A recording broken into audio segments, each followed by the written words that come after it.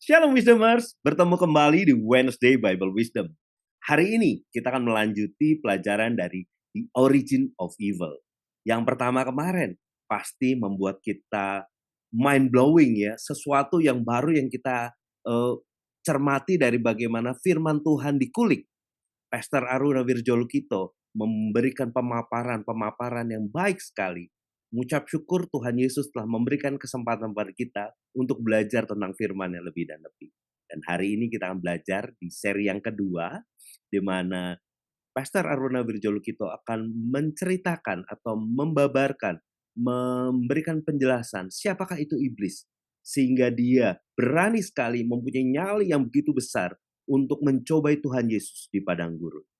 Kita simak pelajarannya. Tetapi sebelum kita belajar lagi, mari kita bersatu di dalam doa. Bapa, kami mengucap syukur buat segala kebaikan-Mu dalam hidup kami. Terima kasih. Kami mengucap syukur hari ini kami mau belajar Tuhan Yesus tentang firman-Mu. Tentang the origin of evil bagian yang kedua. Bukalah hati kami, bukalah pikiran kami Tuhan Yesus Tuhan. Sehingga kami boleh menerima firman-Mu dengan baik. Apa yang ingin Kau sampaikan kepada kami Tuhan Yesus. Sehingga kami boleh terimanya dengan utuh Tuhan, dengan baik. Tuhan, jadikan kami Tuhan Yesus Tuhan, tawanan roh-Mu. Sehingga kami Tuhan Yesus Tuhan hanya berfokus kepadamu Tuhan. Berdaulatlah penuh atas kami yang menjadi kehendak Tuhan yang jadi. Kami berdoa Tuhan Yesus mengucap syukur buat Pastor Aruna Wirjolukito Tuhan dengan seluruh anggota keluarganya. Kau yang memberkati hamba-Mu secara dahsyat. Dipakai lebih dan lebih Tuhan. Kami percaya kemuliaan-Mu, kehendak-Mu turun lebih dan lebih atas anak-anak-Mu ini Tuhan. Terima kasih. Kami ucap syukur juga untuk Pastor Gunawan dengan seluruh tim daripada GBI Kebon Siri yang telah mensupport Wednesday Bible Wisdom Tuhan sampai dengan hari ini. Terima kasih Tuhan Yesus buat hamba-hamba-Mu ini yang begitu luar biasa Tuhan Yesus mendukung visi dan misi Tuhan pada hari-hari ini. Terima kasih, kami mengucap syukur buat seluruh teman-teman front desk admin daripada WBW Tuhan yang menjalani Tuhan, melakukan Tuhan kegiatan di Wednesday Bible Wisdom bagi di grup-grup WA dan semua yang terjadi Tuhan. Bahkan dengan tayangan-tayangan ada. Kami mengucap syukur Tuhan buat seluruh tim yang ada. Terima kasih semuanya. Kami janji Tuhan, kami nggak curi Tuhan kemuliaan-Mu Tuhan. Kami janji Tuhan, segala pujian, hormat, dan kemuliaan kami kembalikan semuanya kepada. Terima kasih Tuhan, kami siap belajar. Di dalam nama Tuhan Yesus Kristus. Haleluya. Amin. Wisdomers, selamat menyaksikan.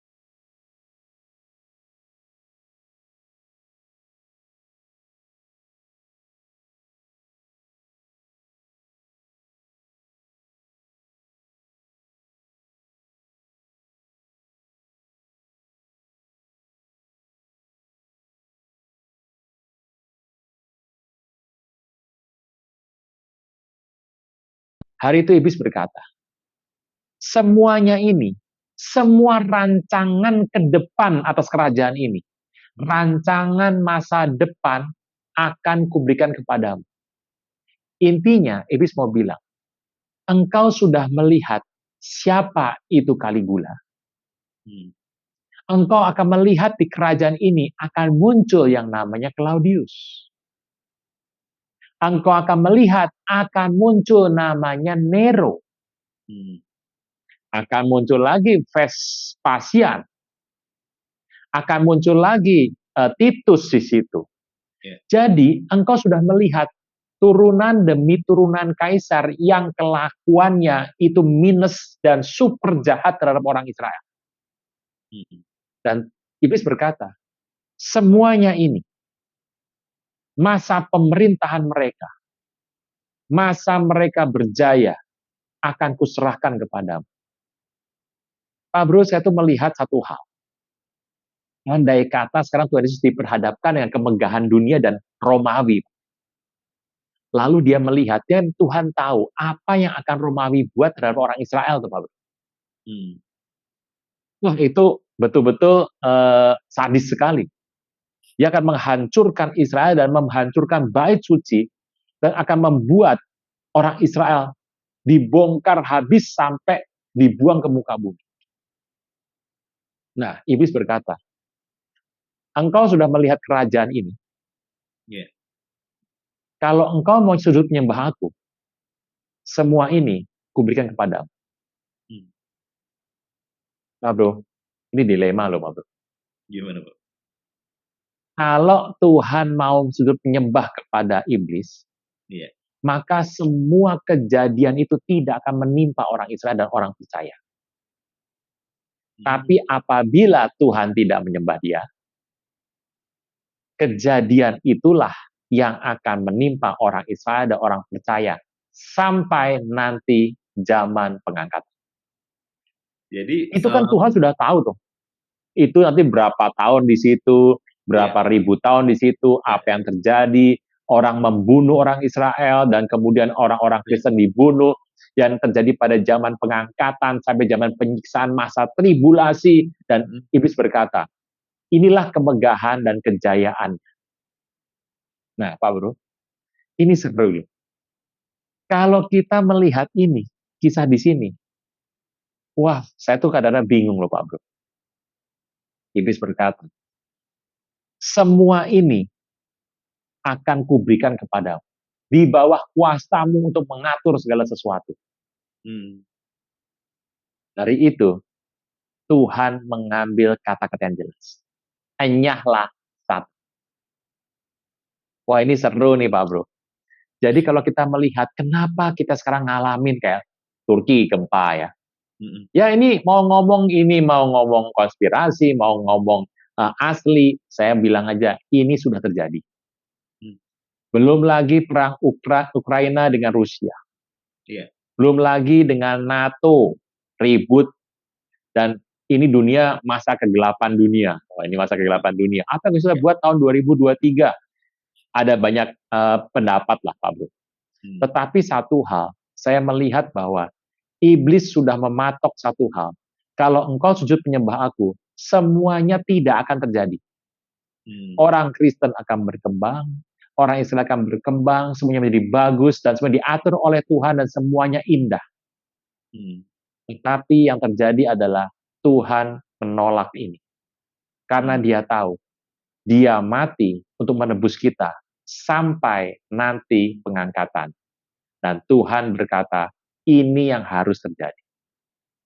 Nah, kayaknya dari cerita ini Pak Bro, saya tuh berusaha ngerti, kalau satu terjadi atas hidup kita, satu yang nggak enak ya, kita sudah doa, sudah tangking, nggak berhasil. Saya mengerti, ini ayatnya. Bahwa kita hidup adalah untuk Tuhan. Untuk kepentingan Tuhan. Untuk keinginan Tuhan. Ya. Kepentingan yang lebih besar gitu artinya.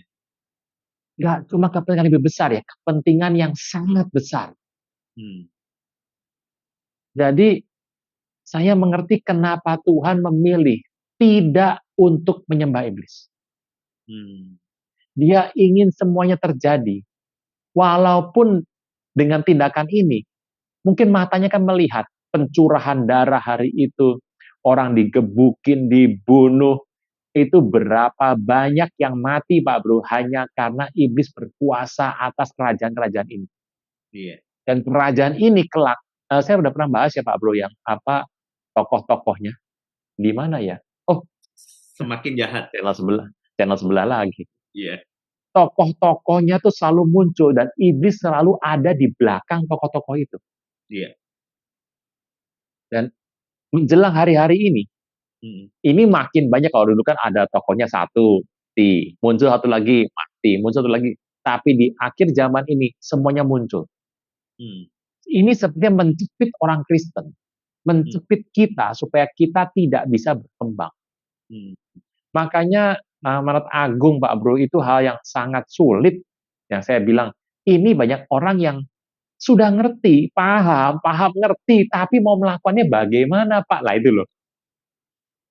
Nah inilah Pak Bro, perjalanan dari yang iblis tuju tuh adalah ini, satu ini aja. Nanti dari sini semuanya akan ngikutin. Nah, lalu iblis meninggalkan dia dan lihatlah malaikat-malaikat datang melayani Tuhan Yesus. Terus Tuhan, ini hal yang menarik. Jadi iblis itu ingin masuk dengan hal-hal yang simple, hal-hal yang tertulis tapi Tuhan belum oke, dan dia akan menunjukkan fakta-fakta yang terjadi apabila engkau tidak ikut sama dia. Ini perkara besar, Pak Bro. Kalau sudah bilang begini, wah repot semuanya. Tapi inilah iman Kristen loh. Kita tuh hidup karena kita tuh ikut Tuhan. Jadi kita ini bukan bagi diri kita sendiri hidup ya. Kita hidup untuk kepentingan Tuhan. Makanya hidup ini kadang-kadang kayak gini ya, ini harus terjadi, Pak Bro. Pak Bro, tadi waktu poin itu Pak Bro cerita tentang bagaimana Tuhan diperlihatkan, wah ini penguasa ini. Kayak saya lagi ngelihat gitu, iblis ngomong gini, kalau kamu tidak ambil kerajaan ini, sama aja kamu tidak mengasihi umat bangsa pilihanmu Israel. Yang nanti kalau kamu tidak menerima, dia akan mengalami penganiayaan gitu. Gitu ya Pak Bro, seolah-olah ya. Itu masih pada Israel. Tapi masalahnya adalah ini kepada semua orang percaya loh Pak Bro. Jadi sekaligus Tuhan itu merasa bersalah, tanda kutip nih ya. Iya. Kalau dia lakukan ini, dia sama saja dengan mengorbankan orang Israel dan mengorbankan orang Kristen. Mungkin mau ngomong apa? Karena Tuhan sendiri sudah menunjukkan dirinya dikorbankan kok. Jadi hari ini kalau kita ngalami tidak enak sedikit, kita terus saja lari Pak Bro. Jangan goyang ya Pak Bro. Jangan goyang. Saya lari bukan lari menyingkir, lari untuk mendekati pegangan janji Tuhan itu. Walaupun udah sampai napas terakhir ya Pak Bro. Jadi ini harus kita pertimbangkan, berkali-kali dipertimbangkan bagaimana jadi hidup itu percaya Tuhan Yesus, itu yang nomor satu. Paling top lah itu, nomor satu paling top. Tapi setelah itu kita harus tahu, Tuhan itu mati buat kita. Nah, ingat ada sebuah, bukan perjanjian apa ya, pencobaan gitu ya, yang iblis katakan. 3 hal ini dia akan masuk. Ada yang pertama, orang sudah kena yang pertama. Yang kedua, kena yang kedua. Tapi yang ketiga itu paling susah, Pak Bro. Makanya saya melihat bahwa inilah sebuah jalan, tempat di mana Tuhan itu menuju. Gitu, Pak Bro. Nah Pak Bro sudah lihat toh, ini PB nih.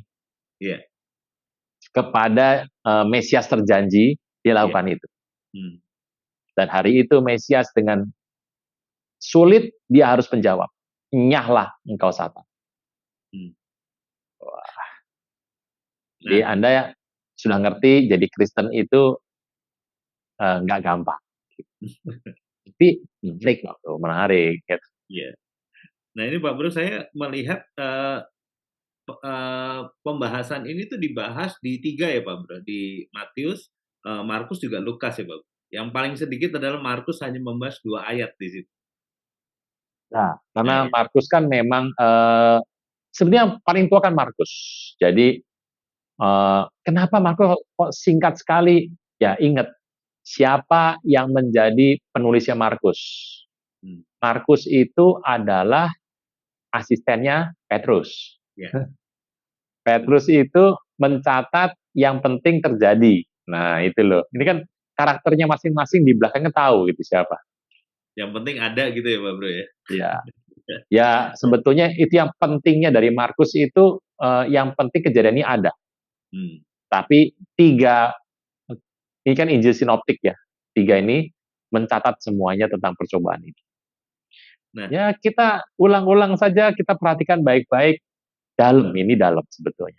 Iya, jadi setelah Pak Bro tadi cerita itu, saya mulai terbuka, apalagi tadi ya, karunia yang misalnya kita diberikan karunia oleh Tuhan. Terus kita pergunakan itu seenteng mungkin gitu Pak Bro. Tidak ada green light dari Tuhan untuk melakukan itu, tapi ya kita melakukan itu yang lama-lama akhirnya kita shifting ya Pak Bro ya. Iya, Akhirnya kita jadi seolah-olah lebih hebat dari Tuhan. karena gini, makanya gini, banyak orang yang mendapatkan karunia, Mm, tapi di akhir kok jatuh sih gitu loh. Di akhir mm, kok berantakan sih, ya, karena ya. ini masalah ini. Jadi Hmm, pertama dia masih takut kan, takut ya Tuhan nih ngomong apa tuh. Tapi lama-lama dia terbiasa dengan itu. iya. Lama-lama terbiasa, ya udah nggak dipakai lagi pertanyaannya. Nah akibatnya dia jalan sendiri. Hmm. Udah kena jebak itu Pak Bro. Jadi Jebakan Batman ya, Pak Bro. ini yang membuat kenapa kita tuh harus berpikir untuk kita melakukan harus berhati-hati sekali. Hmm, hmm. Nah Nah, inilah ikut Tuhan ya begini. Tapi nah, tenang Pak Bro, kan ini banyak banyak monitor ya dari orang lain. Jadi kita sama saudara ini harus saling monitor. iya, Gitu. iya, Pak. Nah, Pak Bro, saya mencoba untuk melihat dari yang Markus lihat itu, sorry Markus, Lukas, Pak Bro. Di sini di ayatnya yang pertama, Pas ya, itu ya. Lukas keempat ayat 1 ya, Pak Bro. Yesus Hmm? yang penuh dengan Roh Kudus kembali dari Sungai Yordan, lalu dibawa oleh Roh Kudus ke padang pasir. Seolah-olah ini memang sesuatu yang harus dilalui oleh Tuhan Yesus seperti ketika disalibkan ya, Pak Bro. Jadi semuanya seolah-olah by design gitu ya, Pak Bro. Nah, Yesus tuh udah penuh Roh Kudus kan dari kandungan kan. Iya, Kembali dari Sungai Yordan dibawa oleh Roh Kudus ke padang gurun. iya. Itu sebetulnya adalah merupakan satu bentuk yang sempurna ya. Hmm. Tapi ini menarik. Justru di situ itu adalah dibawa ke padang gurun untuk dicobai. Ya, inilah saya pikir kalau kita berhati-hati terhadap 3 pencobaan ini, ya nanti kita akan menang gitu ya. Hmm. Makanya 3 ini harus dilihat dulu. Kadang-kadang dia berkata satu hal, kita harus hati-hati sekali untuk ini. Hmm. Ya ini sambil ngobrol-ngobrol dibuat lebih dalam aja, Pak Bro, gitu. Iya. Ini ini baru saya terbuka nih dari sudut pertama waktu Pak Bro bilang apa namanya Satanas sama Diablo itu the angle-nya kan berbeda ya Pak Bro ya. Ketika Nah, diabolos itu adalah sebutan manusia ya, kepada si pencoba itu. hmm, Tapi kalau Tuhan memanggilnya, dia nggak nyala iblis, bukan, dia nggak nyala Satanas kok. hmm, Dia memanggil dengan nama, dengan sebutan. Ini Pak Bro sebentar ya. Kata Satan itu adalah orang yang berprofesi, bukan orang, pribadi yang berprofesi untuk merongrong Tuhan. ya, Lalu orang bilang sama saya, lah namanya siapa? Gitu. Satanas itu bukan nama loh. Diabolos itu bukan nama. Namanya siapa? Orang kan sekarang ini kan ada yang punya nama, namanya ini Lucifer gitu ya nama. Siapa yang bilang Lucifer itu nama? hmm, Namanya sudah tidak ada, Pak Bro. hmm, Namanya dicoret dari kolong bumi ini, udah nggak ada namanya. Jadi dia disebutkan sebagaimana dia tampil, malaikat perang gitu ya. ya. Terus rongrong gitu ya, Ya. rongrong Tuhan, rongrong manusia, tapi nggak pernah ada namanya Istilah aja gitu. ya Pak Bro ya. Istilah aja. Namanya siapa? Nggak tahu namanya siapa. Alkitab nggak pernah tulis dan Alkitab nggak akan menjawab itu. Hmm, Nah kita taunya sebagai ya ini pencoba. Jadi kalau kita nyebut wah itu Satan itu bukan nama, hmm, tapi sebutan gitu. hmm. Nah Pak Bro, kalau menelaah ini semua, kok ya si iblis tadi itu kok si Satanas itu kok berani banget gitu loh Pak Bro melakukan ini. Ini kan dia tahu deh bahwa tunduklah kepada Tuhan gitu kan poinnya gitu. Dia udah tahu bahwa ini adalah Tuhan yang dia cobai gitu Pak. Tapi ini nyalinya dari mana nih? Ini orang siapa gitu loh Pak Bro.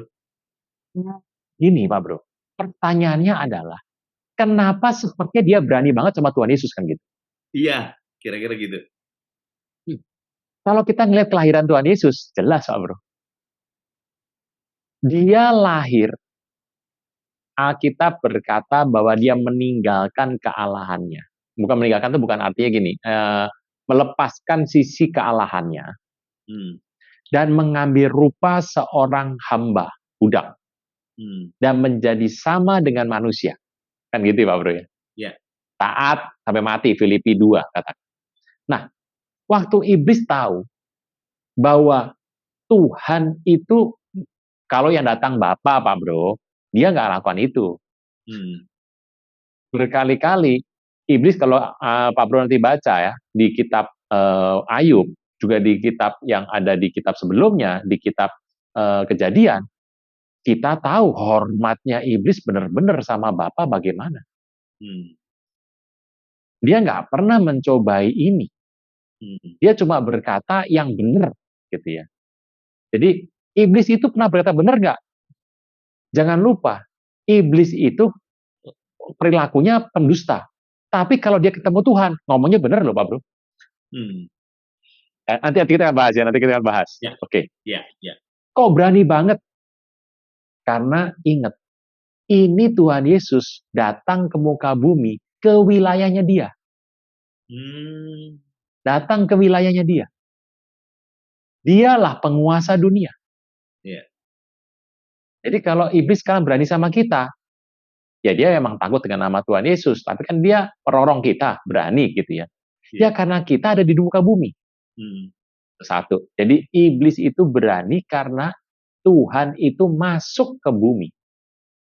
Kedua, karena Tuhan itu anak Allah.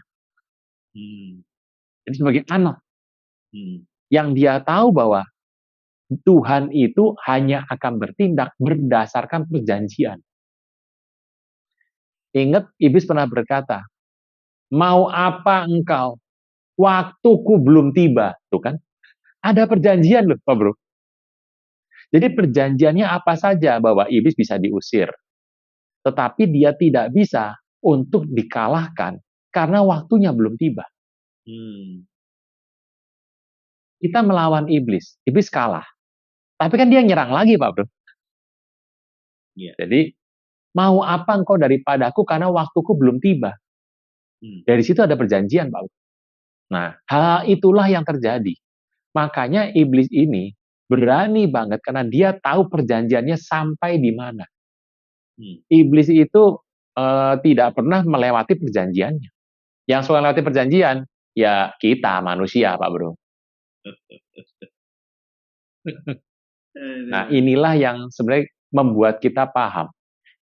Orang kalau sedang melawan kuasa gelap, itu harus mengerti perjanjian. Gitu. Kalau Anda mengerti perjanjian Anda menyebutkan depan iblis, iblis akan minggir. Nah, ini adalah sebuah yang kita lakukan. Nah, Pak Bro, kalau kembali lagi tadi kita cerita siapa itu Satanas itu, yang ya kita tahu kenapa dia melakukan itu, karena Tuhan Yesus ada di teritorinya dia pada saat itu ya. Di mana tadi Pak Bro cerita bahwa Yohanes sudah menentukan bahwa dunia itu adalah milik daripada Satanas itu ya, Pak Bro. Nah, dan juga si Tuhan adalah pada saat itu adalah anak, di mana dia melakukan pergerakan atau apapun itu sesuai dengan perjanjian, tidak seenaknya aja gitu. Jadi sehingga Satanas berani melakukan itu. Tetapi kembali lagi ke si ID card-nya si Satanas tadi, Pak. Kok ya tetap aja dia punya nyali gitu, Pak. Nah, Pak Bro boleh cerita, Pak Bro, siapa dia, bagaimana tadi kalau kita lihat apa yang dilakukan itu terhadap Tuhan Yesus itu nyalinya gede banget gitu. Kalau kita lihat yang kitab yang sebelumnya ya, kitab PL di Kejadian dan di Ayub ya. Yeah. Iblis itu hadir loh dalam dewan musyawarah Tuhan. Yeah. Iblis itu hadir. Yeah. Nah, oh bisa hadir Pak. Ingat, itu kan alam roh. Alam roh itu siapapun bisa hadir. Yeah. Beda tempat aja. Kalau tempatnya beda, nggak bisa hadir Pak. Ya, itu kan karena kita dibatasi tempat. Tapi kalau dalam alam roh, itu tempat tidak jadi masalah. Nah, kita tahu bahwa sejarahnya itu kan ada di kitab Yeremia ada, di Yesaya ada, bahwa iblis itu sudah dikalahkan. Dan dia diambil, dilucuti, semuanya dilucuti habis jatuh ke muka bumi dan menjadi tontonan. Tetapi ingat bahwa dia punya perjanjian dengan Tuhan, bahwa dia akan mengalami itu belum. Nanti di waktu akhir zaman baru dia akan mengalami masa penghukuman. Nah, oleh sebab itu, karena dia tahu ini, dia kemudian mulai bertindak. Seperti zaman PL, di mana ada Adam dan Hawa. Dia sebetulnya memakai bentuk ular. Nah, ini kalau mau bentuknya ular, kenapa bentuknya ular, Pak? Ada lagi di kitab Prakejadian itu ya. Nah, ini menarik. Waktu dia ketemu sama Hawa, kenapa nggak sama Adam? Ini satu hal lagi. Kenapa ular ini ketemu sama Hawa nggak sama Adam? Karena kalau kita tahu, Adam kan pinter tuh Pak Bro. Nah, orang pinter tuh hobinya apa sih? Nanya. Kalau Pak Bro ketemu sama anak pinter, pasti hobinya nanya. Adam tuh, karena dia pinter, dia pasti bertanya dong sama Tuhan. Tuhan, siapa sih musuhku? Aku tuh punya musuh siapa? Kok sampai engkau memberkati aku sedemikian, sehingga aku menjadi hampir serupa dengan engkau? Kira-kira Adam pernah tanya itu enggak? Ingat, Adam ada dalam kekekalan ya, pasti dia tanya dong. Adam nggak pernah ketemu sama iblis. Satu-satunya orang di muka bumi yang nggak pernah ketemu sama iblis sampai dia mati siapa Pak Bro? Ya Adam. Adam tuh hebat loh, makanya setelah dia jatuh pun iblis nggak mau ketemu sama dia. Hebatnya luar biasa. Makanya Yesus disebut sebagai Adam yang kedua, gitu ya. Nah, orang seperti Adam pasti nanya sama Tuhan dong. Nah, masa sih Tuhan nggak jawab Pak Bro? Tuhan, siapa sih musuhku? Kok sampai aku tuh harus kayak begini gitu loh. Nah, Tuhan pasti jawab dong. Ya, engkau tuh punya musuh gitu ya. Dan dia pasti berkata, musuhmu tuh ya mirip kau. Makanya iblis kan mengambil rupa ular. Kenapa ular sih? Kita tahu bahwa Alkitab berkata ular tua. Lalu naik lagi di PB menjadi ular beludak, ya masih Pak Bro ya. Nanti di perjanjian yang baru zaman kita disebut sebagai ular naga terbang. Nah, itu ada di kitab Yesaya. Ular beludak, ular naga terbang. Nah, kenapa pakai ular naga terbang? Ini menarik lagi. Pak Bro harus kasih judulnya itu di dalam apa judul saya lupa ya. Malaikat itu Pak Bro. Ada ya? Iya. Nah, jadi hari itu dia tuh mengambil rupa ular. Kenapa sih metang ular yang dipilih? Gitu. Kenapa nggak kelinci? Gitu. Kenapa nggak anjing? Kenapa harus ular? Itu jawabannya selalu akan ada menurut cerita di Alkitab. Ya Pak Bro, kenapa ular? Kita kan tahu bahwa manusia seperti kita ini darahnya panas. Ular itu ada reptil, dingin. Gitu ya. Nah, ular itu gerakannya itu tapi ular itu punya kelemahan, dia nggak bisa lama Pak Bro. Dia kalau masuk cepet. Tapi setelah itu ya gini lagi. Yang bisa lari maraton itu pasti manusia. Karena darahnya adalah hangat, darah panas, itu bisa seperti itu. Ya, yang lain nggak ada. Nah, manusia itu bisa maraton Pak Bro, karena manusia darahnya panas. Nah, darah panas itu makin lama makin cepat bisa. Ular itu cepat di depan, di belakangnya pelan. Makanya kenapa metodenya ular yang diambil? Nah ini makanya saya bilang, kalau ketemu ular, lari. Ular nggak akan bisa ngejar, gitu ya. Nah, kenapa bentuknya ular yang diambil?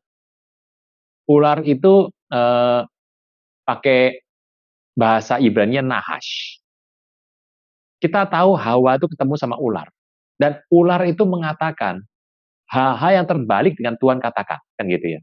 Yeah. Masalahnya Hawa itu tidak mendapatkan dari Tuhan tepat seperti yang dia hadapi. Hawa tidak dapat dari Adam tepat seperti yang dia hadapi. Dan ular berusaha menggosok kiri dan kanan dan dia jatuh.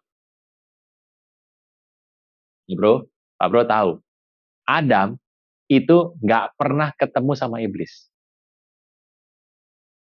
Iblis itu kalau kita bilang, tadinya apa sih? Ini debatable. Tapi kalau kita melihat ke dalam kitab suci, Yeremia, Yesaya, Anda tidak mungkin bilang tidak. Bahwa iblis itu tadinya adalah seperti ular naga terbang. Ya, ular naga terbang ini punya kaki. Gerakannya itu seperti ular. Dan ular naga terbang ini banyak terjadi dalam makhluk sorgawi, Pak Bro. Jadi itu adalah pembuka jalan Tuhan. Untuk Tuhan datang. Yang buka adalah si ular ini. Nah, makanya iblis memakai wajah ular. Hawa langsung tahu, oh berarti ini ada Tuhan di belakangnya. Oke. Bapak Ibu Saudara sekalian, Anda harus dengarkan dulu peristiwa cerita tentang ini di yang ada ini gambarnya ini ya. Nih, saya kasih gambarnya lihat, ini. Oke. Ya, ini. Oke. Ya, oke, nanti habis itu baru dengarkan ini.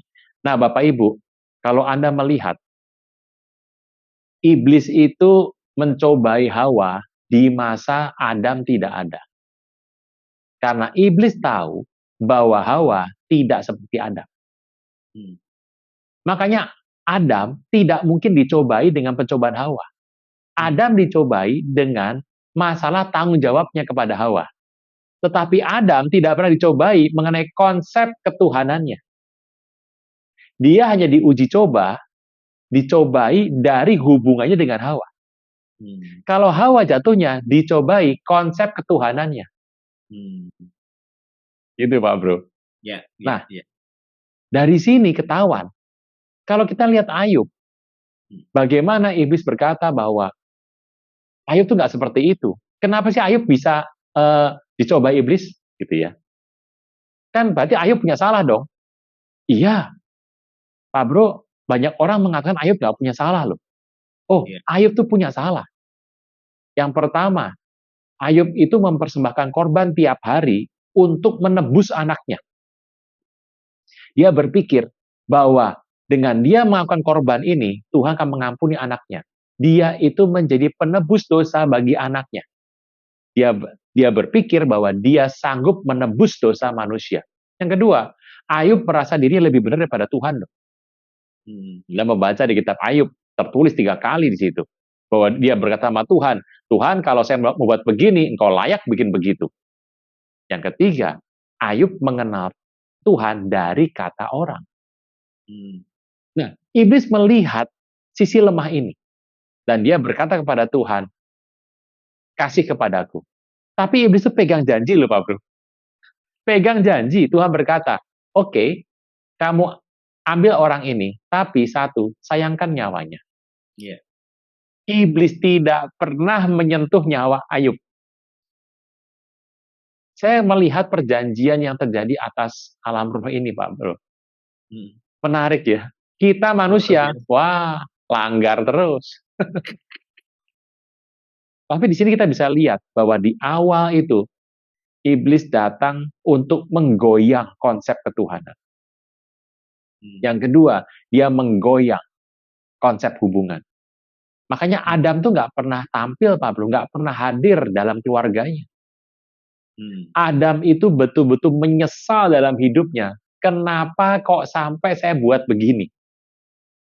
Adam tuh masih hidup sampai zaman bapaknya Ayub loh. Bapaknya Musa. Bapaknya Musa. Ya, masih ada. Jadi itu zaman masih berseri itu, keturunan demi keturunan itu masih ada itu. Orang umurnya 930 tahun kok.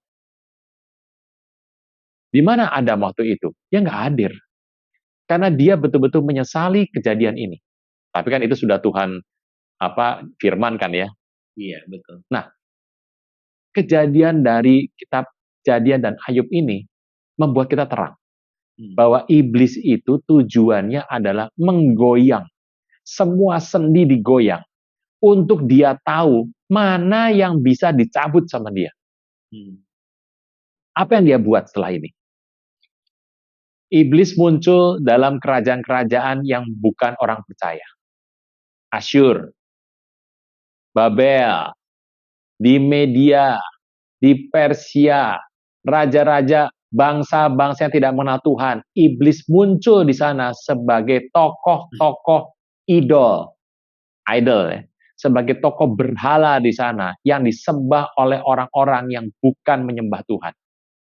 Dan orang Israel payahnya terpikat loh Pak Bro, dengan menyembah yang bukan Tuhan. Menyembah matahari, menyembah pohon. Kalau kita bilang, pohon itu apa? Matahari itu apa? Ya ciptaan semuanya. Tapi iblis membuat seakan-akan pohon itu berkuasa, yang namanya matahari, bulan berkuasa, patung-patung, itu buat idol. Nah, dengan idol itu, maka manusia mulai menyingkir dari Tuhan. Itu yang terjadi. Makanya pada zaman PL, konsep mengenai iblis untuk menarik manusia adalah merupakan dia menjadi idol-idol, berhala-berhala yang menarik hati orang Israel dan membuat Tuhan gusar. Itu ada zaman PL. Nah, zaman PB, Tuhan hadir di situ, iblis membuat segala macam melalui tokoh-tokoh besar hari itu. Melalui raja-raja yang ada di Roma, kaisar-kaisar yang ada di situ, tokoh-tokoh pemimpin, terus dia berjalan di situ dengan dia membuat satu meterai atas orang-orang itu. Orang-orang itu kalau Pak Bro lihat kan belakangnya iblis semua tuh, Herodes belakangnya iblis tuh. Jadi itulah yang terjadi dalam kitab PB dan PL, iblis datang. Dia bukan datang secara fisik, tapi dia membayangi hidup manusia terus. Gitu. Nah, inilah kita mengerti dia tuh ada karena perjanjian ini sudah dimenangkan oleh Tuhan. Jadi kalau kita hari ini percaya bahwa Tuhan bersama dengan kita, sebenarnya mudah kok Pak Bro. Ngusir setan itu gampang Pak Bro. Nah Pak Bro, kembali lagi kepada obrolan tadi Pak Bro yang bilang bahwa iblis ketemu sama Tuhan dan anak-anak Allah itu Pak Bro. Ayub 2 ya Pak Bro ya. Nah itu kan di situ memperlihatkan bahwa siapa sebenarnya iblis itu ya Pak Bro. Kenapa dia bisa berada di sana gitu. Berarti kan dia bukan orang yang sembarangan gitu kan Pak Bro. Nah, ini menarik. Jadi Tuhan kan punya petugas-petugas yang ada di semua alam ciptaannya. Penguasa matahari. Saya pernah bahas ini di kitab Wahyu waktu itu. Wah, judulnya apa lagi Pak Bro? Saya lupa judulnya. Nah, Pak Bro cari, Pak Bro tayangkan.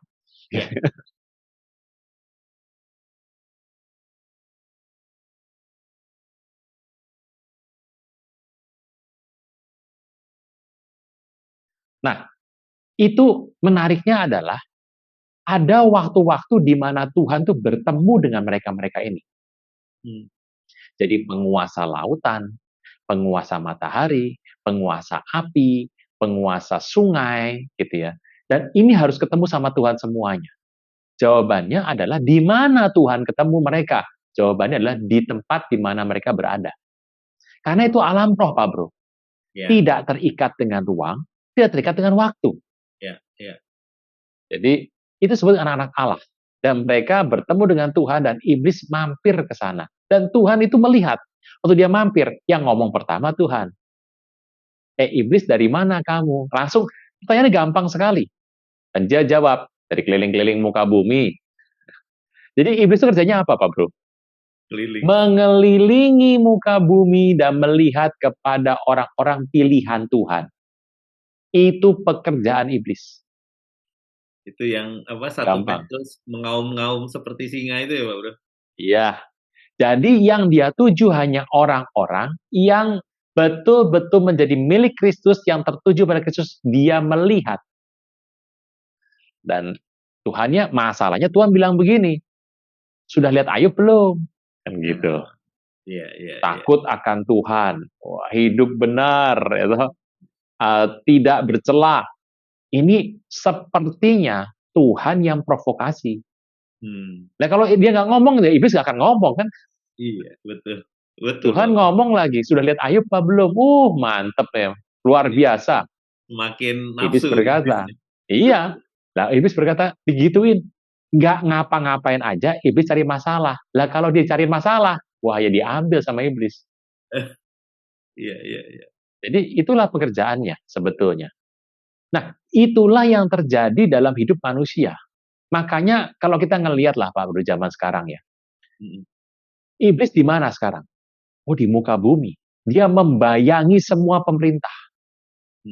Dia ada di belakang pemerintah. Dan sedapat mungkin semua orang dia akan masuk dan akan pengaruhi, termasuk orang percaya. Jadi jangan anggap enteng hidup kita hari ini. Iblis membayangi hidup manusia. Makanya penting bagi kita untuk kita berdoa setiap hari, untuk kita melepas dari kuasa gelap, untuk kita mengusir, supaya hidup kita diproteksi dengan kuasa ilahi. Nah itulah Pak Bro yang penting tuh. Pak Bro, saya tuh mungkin Pak Bro bisa sedikit jelasin, walaupun sebenarnya sudah di tayangan-tayangan sebelumnya dan juga di channel sebelah, Pak Bro udah cerita bagaimana Musa itu menulis kitab Ayub dan kitab Kejadian itu, Pak. Saudara-saudariku yang terkasih, hanya Yesus yang sanggup melepaskan Anda dari segala kesalahan dan dosa. Selalu ada waktu bagi Dia, tetapi tidak selalu ada waktu bagi Anda. Mari ucapkan doa berikut dengan yakin. Tuhan Yesus, ampuni segala kesalahanku dan segala dosaku. Saat ini, dengan sadar dan rela, aku mengundang Engkau sebagai Tuhan, Raja, dan Juru Selamat hidupku. Terima kasih Tuhan Yesus untuk namaku telah dicatat di dalam kitab kehidupan. Amin. Terima kasih. Anda telah mengikuti Wednesday Bible Wisdom pada hari ini. Kami mengajak Anda untuk berdoa, menyembah Tuhan dan mendengar pesan firman Tuhan dalam acara Mesbah Pagi melalui aplikasi Zoom setiap hari Senin sampai Sabtu pukul 5 pagi. Kecuali hari libur nasional, Mesbah Pagi akan diliburkan. Berikut adalah informasi meeting ID dan passcode Zoom. Ibadah minggu ini akan diadakan ibadah onsite. Untuk ibadah onsite minggu ini, pada hari Minggu tanggal 26 Februari 2023, ibadah akan dimulai pukul 10 pagi. Pesan firman Tuhan akan disampaikan oleh Pastor Jeffrey Rama. Ibadah Kingdom Teens minggu ini, 26 Februari 2023, pukul 10, akan dilayani oleh Kak Victor Sentosa. Kami kembali mengajak Anda mengikuti GBI Kebon Siri Wednesday Bible Wisdom melalui YouTube channel GBI Kebon Siri pada hari Rabu tanggal 1 Maret 2023 pukul 6 pagi dengan tema The Origin of Evil Part 3 bersama Bapak Aruna Wiryolukito dan host Bapak Vino Pramudito. Kingdom Kids GBI Kebon Siri akan mempersembahkan kembali panggung boneka Jakarta Joyful Kids minggu ini tanggal 26 Februari 2023 pukul 10 pagi dengan tema Gideon dan 300 prajuritnya. Mari Papa dan Mama jangan lupa membawa anak-anaknya untuk hadir dalam ibadah Kingdom Kids setiap minggu. Persembahan umum, syukur, dan persepuluhan dapat Anda berikan melalui QR Code berikut ini. Scan QR Code yang tertera di layar, persembahan melalui QR Code tidak dipungut biaya apapun. Persembahan umum, persepuluhan, diakonia dapat Anda transfer ke nomor rekening berikut ini.